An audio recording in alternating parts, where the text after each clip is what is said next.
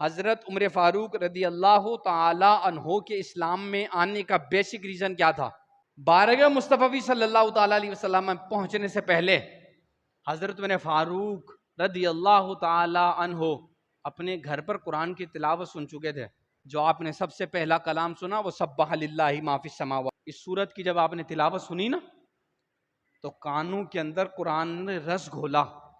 سب سے پہلا ریزن یہ بنا آپ کی زندگی میں انقلاب کا، قرآن کی تلاوت نے آپ کی زندگی میں انقلاب برپا کر دیا. المیہ اور صد المیہ یہ کہ حضرت عمر فاروق اس کیفیت میں تھے اور قرآن نے اس کیفیت کو بدل دیا اور دائرہ اسلام کی طرف راغب کیا. ہم تو مسلمان ہیں، ہماری کیفیت پھر بھی چینج نہیں ہو رہی. تو اسلام میں آنے کا سب سے پہلا سبب کیا بنا؟ قرآن. قرآن نے زندگی بدلی اور بارگاہ مصطفی صلی اللہ علیہ وسلم میں آ کے سب سے پہلے کلمہ پڑھ گئے. کیوں؟ کہ قرآن نے اندر انقلاب برپا کیا. قوم میں کھڑی ہی جب ہوتی ہیں، جب وہ قوم ہوں، یہ آئے دن بے ادبیاں اور گستاخیاں ہونا، یہ قوم کھڑی نہیں ہو رہی. کیوں؟ کیونکہ یہ قوم نہیں ہے. حامل قرآن بے ذوق کے طلب، العجب ثم العجب ثم العجب.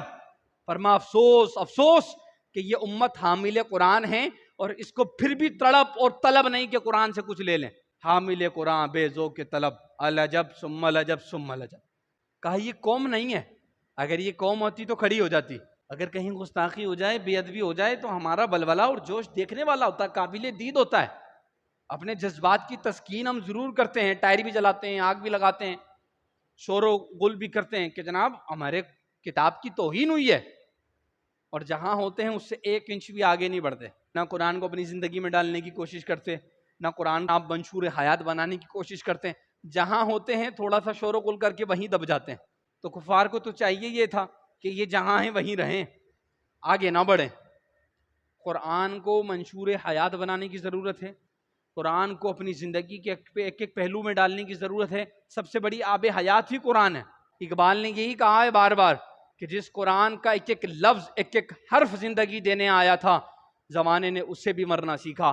آج قرآن فقط عدالتوں میں قسمیں کھانے کے لیے رہ گیا. آج قرآن شادی میں بچی کے سر پر رکھنے کے لیے رہ گیا. آج قرآن قرآن خوانی کے لیے رہ گیا. آج قرآن دکان میں رکھنے کے لیے رہ گیا.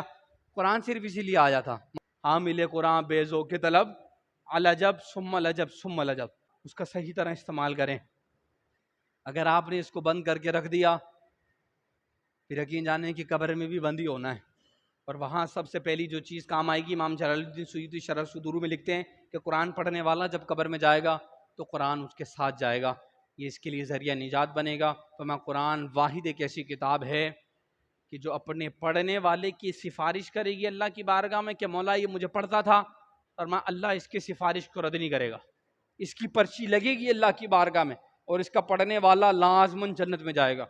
لیکن ہم نے اسے بند کر کے رکھا ہے، ہم نے اسے طاق میں سجا کے رکھا ہے، ہم نے اس پر 1-1 کلو مٹی چڑھا دی ہے.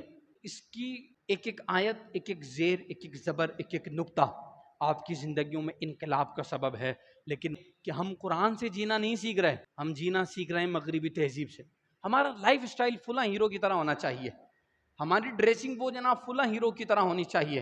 حالانکہ مسلمان کے بچے کو چاہیے تھا کہ وہ اپنا آئیڈیل، اپنا منبع، اپنا مرکز، اپنی نگاہوں کا مرکز اور محور حضور جانے جانا کی ذات کو بنائے. لیکن ہماری نگاہوں کے مرکز اور محور انگریزی ہیرو بنے کہ ویسی پینٹ پہننی ہے اور اس طرح کی شرٹ پہننی ہے. جناب ادھر اس نے یہ والی شرٹ پہنی تھی تو مجھے بھی یہ والی شرٹ پہننی ہے، یہ فلاں باکسر نے پہنی تھی تو مجھے بھی یہی والی شرٹ خریدنی ہے. مسلمانوں کا بچہ ہے اور ڈریسنگ کون سے بنا رہا ہے؟ مجھے فلاں پینٹ چاہیے اور مجھے فلاں شرٹ چاہیے. تو جب تک قرآن سے امت وابستہ نہیں ہوگی، امت کھڑی نہیں ہو سکتی. تو عمر فاروق رضی اللہ تعالی عنہ کی زندگی کے اندر انقلاب کا سب سے پہلا سبب قرآن کریم فرقان مجید تھا.